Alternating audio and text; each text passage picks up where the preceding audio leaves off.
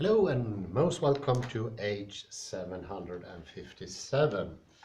We are recording here at the local library in Dårgårda in a very big hall, perfect to have lectures.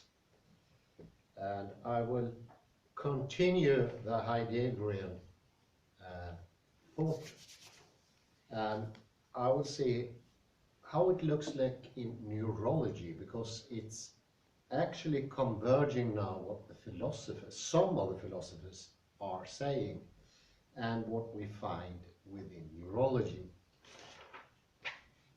And I am calling this lecture Opening Up Patterns with Gates, and this has to do with something is called gate theory. And gate theory is a way of explaining what's going on in the brain that does not use the model from, what can you say, logocentrism or something like that. It's a model-less, more scientific way of looking at the brain. Usually when we start looking at the brain, we have loads of preoppositions, like there is an outside world, and that outside world have different artifacts, objects, things. And we human beings are perceiving entities, and we sort of suck up things from the environment and we analyze that, and out comes action. That is the model of the philosophers of antiquity. But because it doesn't fit how the brain actually works, those things are beginning to get abandoned more and more frequently. We cannot suppose those things because, for one thing, it doesn't fit the science result. And the second thing I like even the most, and that's, why should we do that? There's no good reason. They were invented a long time ago, and they are extremely culture dependent. They only exist in Western society. Why should we use a Western model, Western typical philosophical idea to understand the brain and the working of the brain? And it seems that people don't want to repeat the same mistake that was done within physics, because there we used a philosophical model of an outside world, of things that were independent of observance. So that's the second reason. But the first reason is most pertinent for a lot of practical scientists. It doesn't work. It simply doesn't work. The brain is not working on the assumption that there is an outside world. And we know that by now.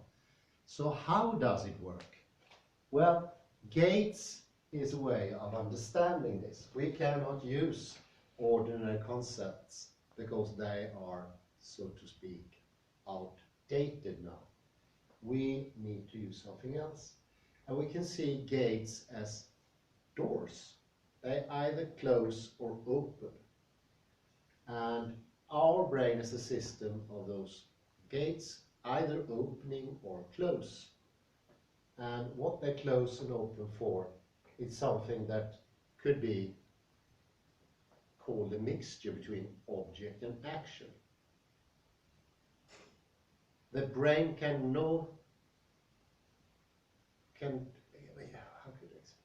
the brain can't see difference between object and action.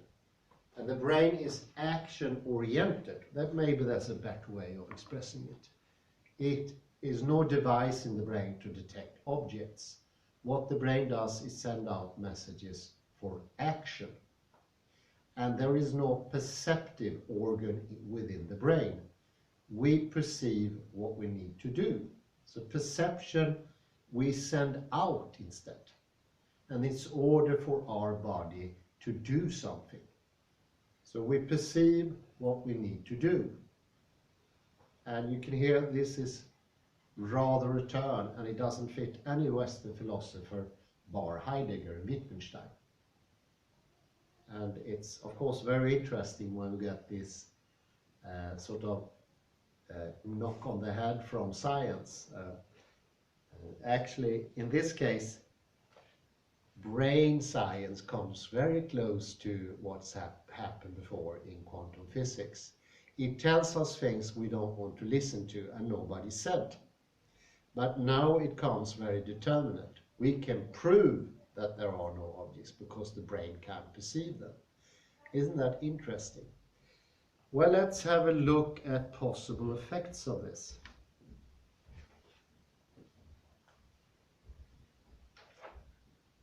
That is that there is an opening into space and time, because the gates are also time devices. They are what becomes time. It's before time. And sending out action is done in a particular sequence. And that sequence is what we afterwards call causality. So this is very similar to what I mentioned earlier, coming from Mrs. Feldman, that what is causality is something we see in once it's finished. But to do something, everything is coming from myself.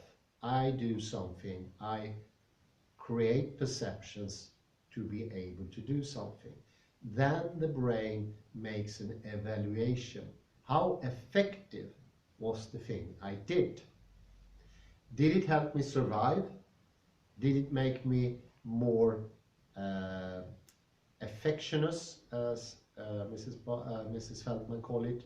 That is, generally happier or mere well-being, more balanced. So there could be two different results, less balance or more balance. There's nothing else. This is regulating when a gate is opening or when a gate is closing. And a gate that's closed will initiate a movement. So we need to close and open gates in being able to have a continuous sequence of doings. This continuous sequence of doings is causality, but it's also what we call reality. So you see here, there is no difference between inside and outside. There's no longer any world. No serious brain surgeon, scientist talks anymore about the world. That's philosophical jargon. There is no world inside the brain. And the brain does not start, as many philosophers thought, as a blank slate. The brain wouldn't work if it was a blank slate from the beginning. Actually, all the sort of seeds of perception are already present in the brain. So it doesn't take an outside world to have perception. And this means, of course, that this also is a sort of non-duality. We can use this sign as we use for quantum physics, the yin and yang symbol. I think it's apt here because it's going to help us to understand what is this radical non-duality. A radical non-duality that objects and action are exactly the same thing. That sounds a lot like Zug, a tool. And it sounds also that the things in the world are for us. They are not outside of us. They're not isolated either from what I, you, we, or everyone together with the environment are doing.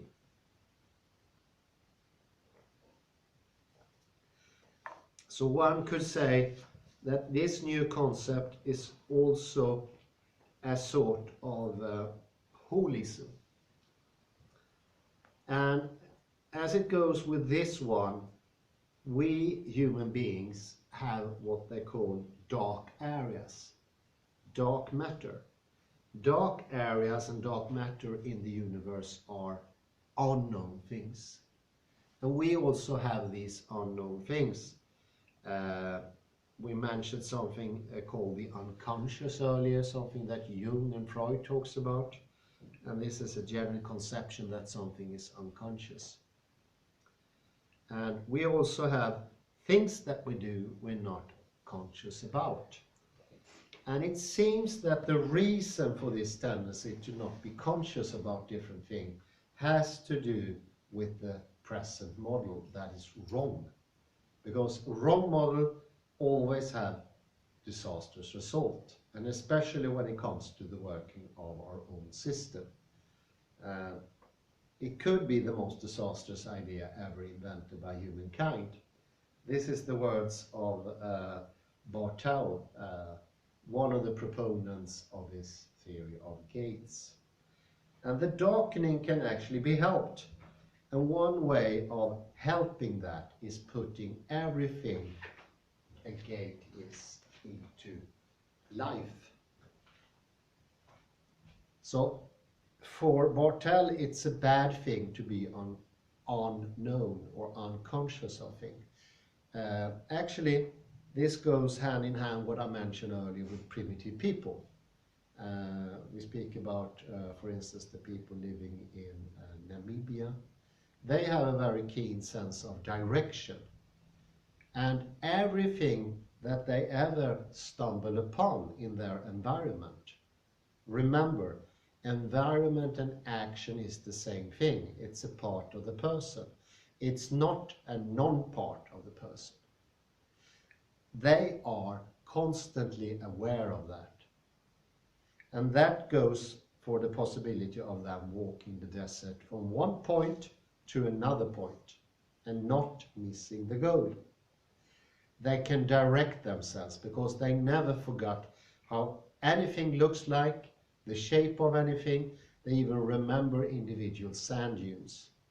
And I think it's somehow evident this used to be the case for all human beings. And that is actually our natural state. The present state is, I don't even remember where I put my teacup. It's gone. And I don't remember how it looked outside here. That will never happen with a so-called primitive person. He never forgets, because the environment is not an environment, it's an action. It's something he does. And I think this idea that my memories, my future, my past also is not part of me, is also a uniquely Western idea.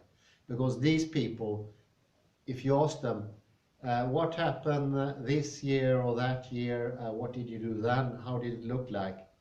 They can tell you. What would we phrase that in Western culture? We would call that, according to Platonic ideas, for a memory.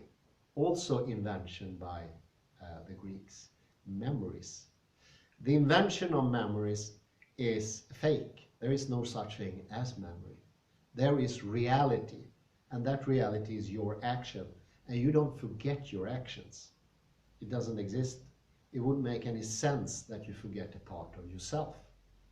The forgetting part is an invention in Western culture. And now there is becoming a therapy, these pronunciations. A therapeutic method, let's say that instead, to help ease this up, to make people understand how they can open up the gates and once more put within knowledge what is around us. Because you see, for a primitive person living in Namibia, it could be very dangerous not to know things or have dark areas. If you sort of what we would call plan something, it's a darkness for Western people. You just go into the next day. Unbeknownst, you cannot see what you're going to do. And that's extremely problematic. You need to see every detail of your action. You need to see, I think that could be here.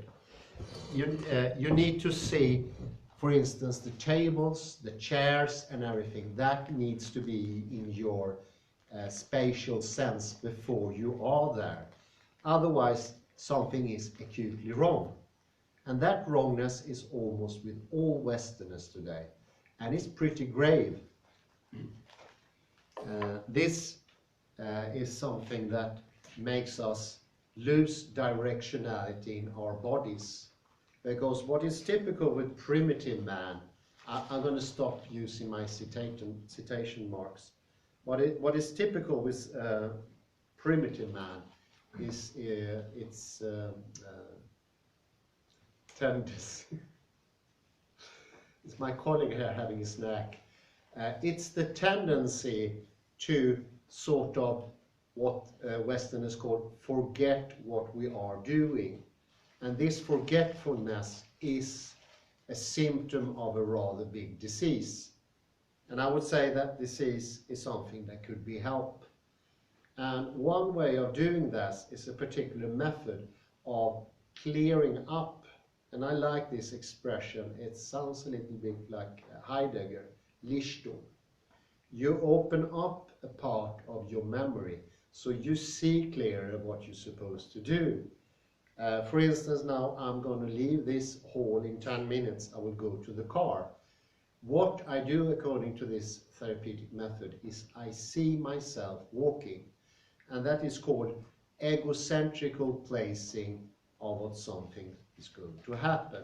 I put my body in the thinking, I image it that. And imagery is what we use when we do things. And if you don't have an imagery before you do it, you're in trouble, because most human beings do have that. It could be that you're not simply aware of it.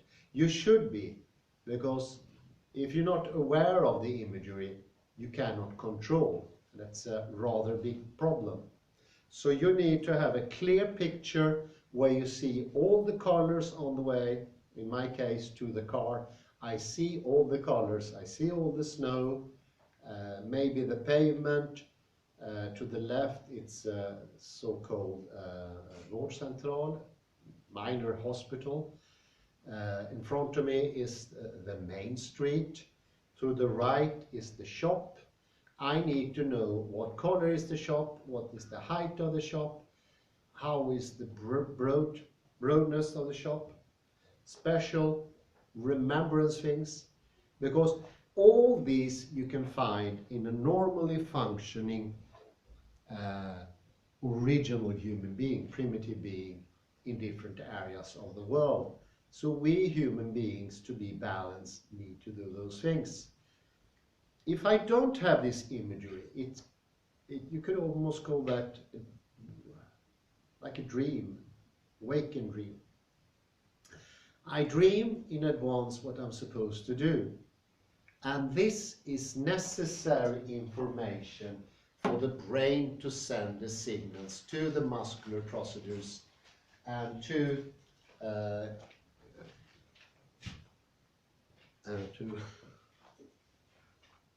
I'll just wait a bit.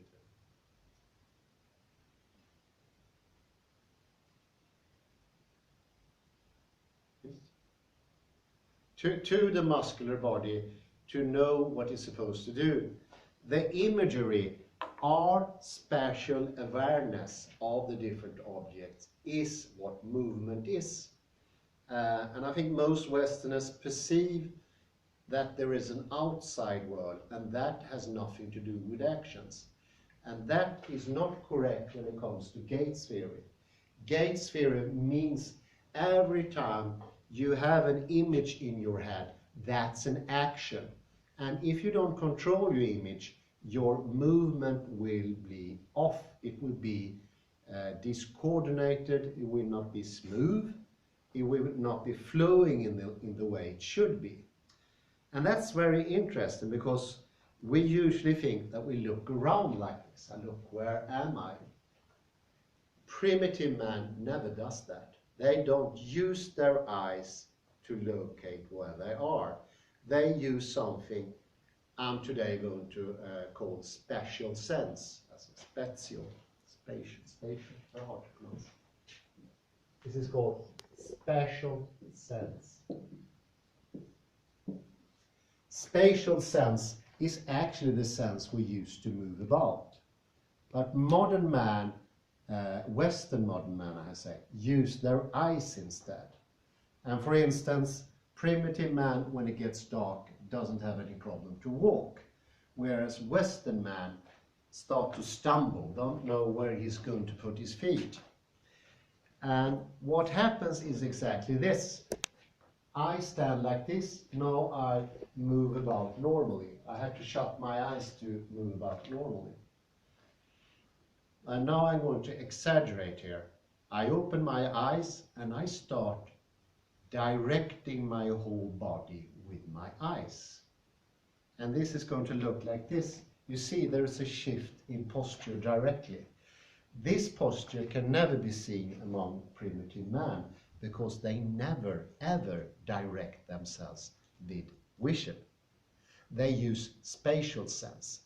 And spatial sense is how space is located, how it looks like, all the colors, all the fragrances, the sounds even is part of the spatial. And when you imagine the spatial, that sends action device to your body, so you can move about.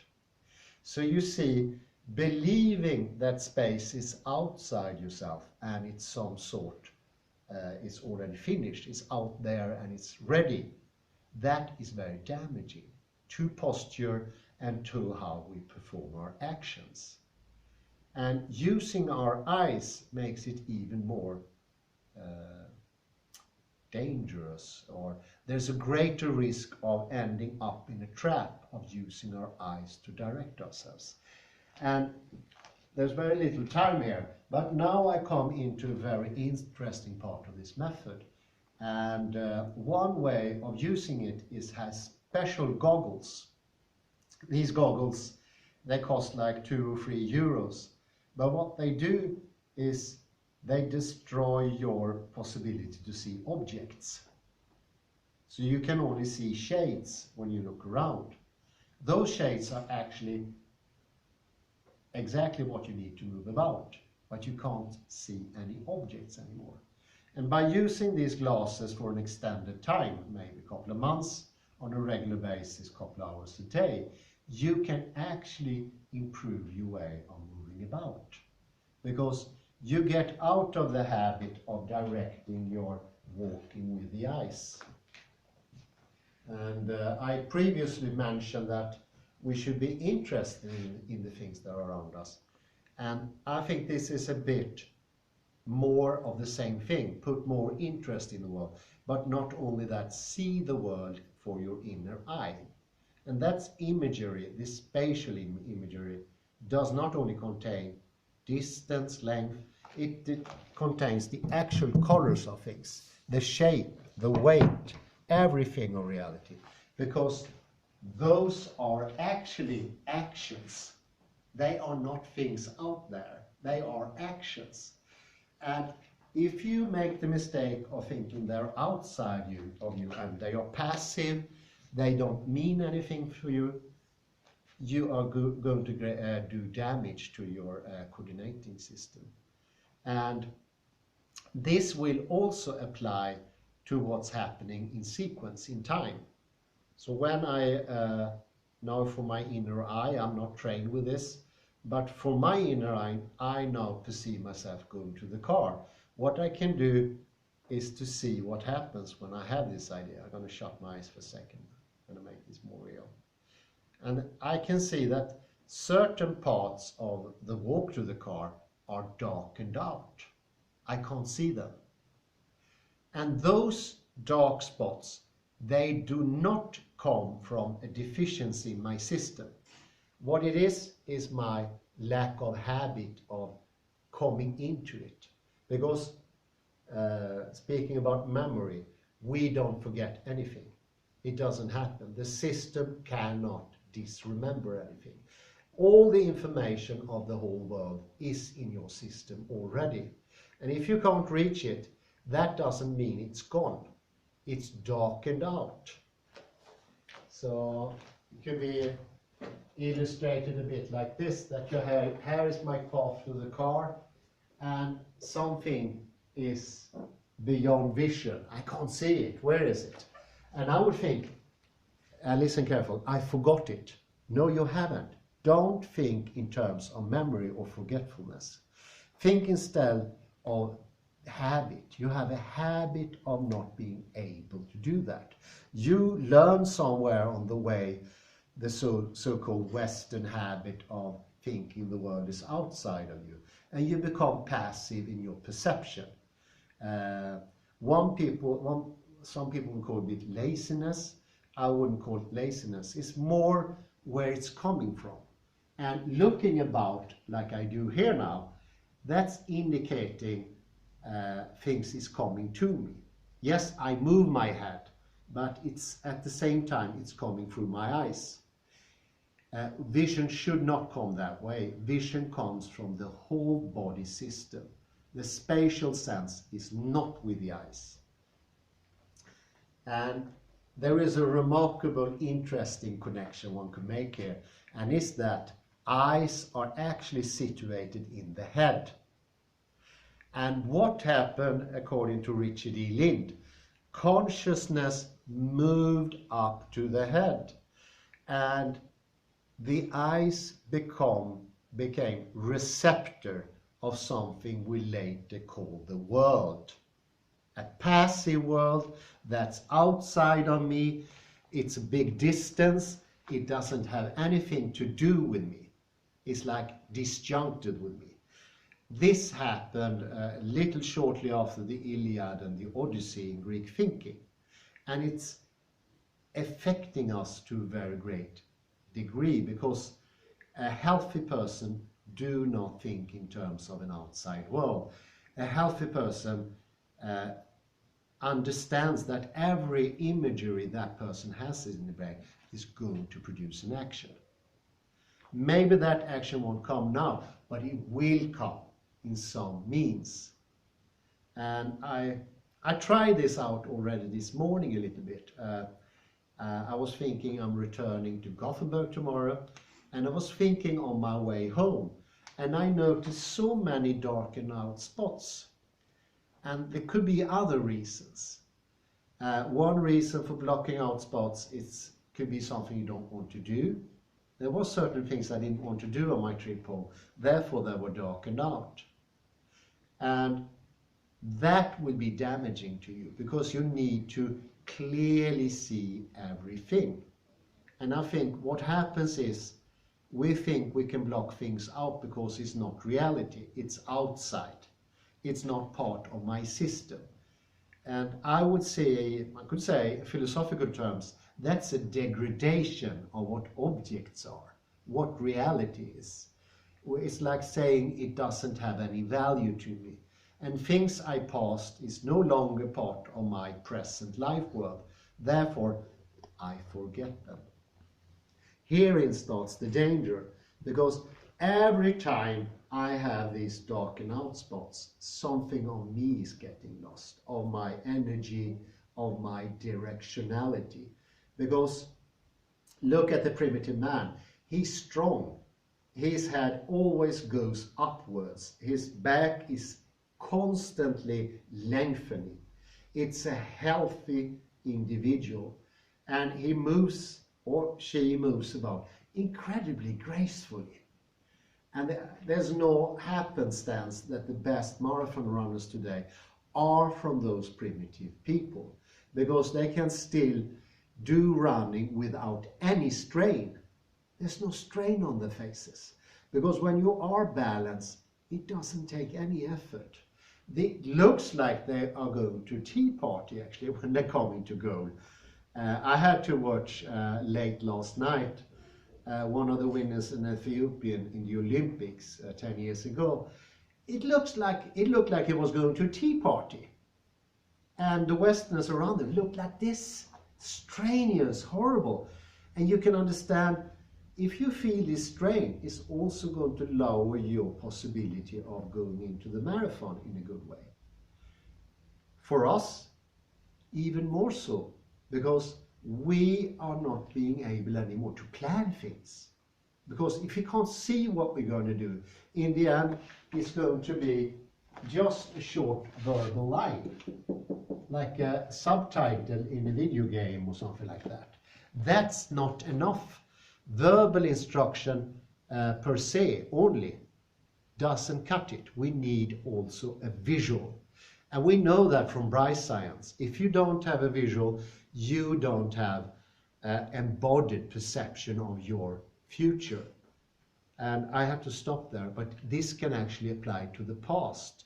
And with the past, it can be very helpful for other reasons, because we tend to block things out of the past that we don't want to remember and such stuff. And by not remembering, as I told you before, we tense. We especially tense the backside, the neck, and the throat. Well, I had to end off. Thank you very much. We högg on. Cheers.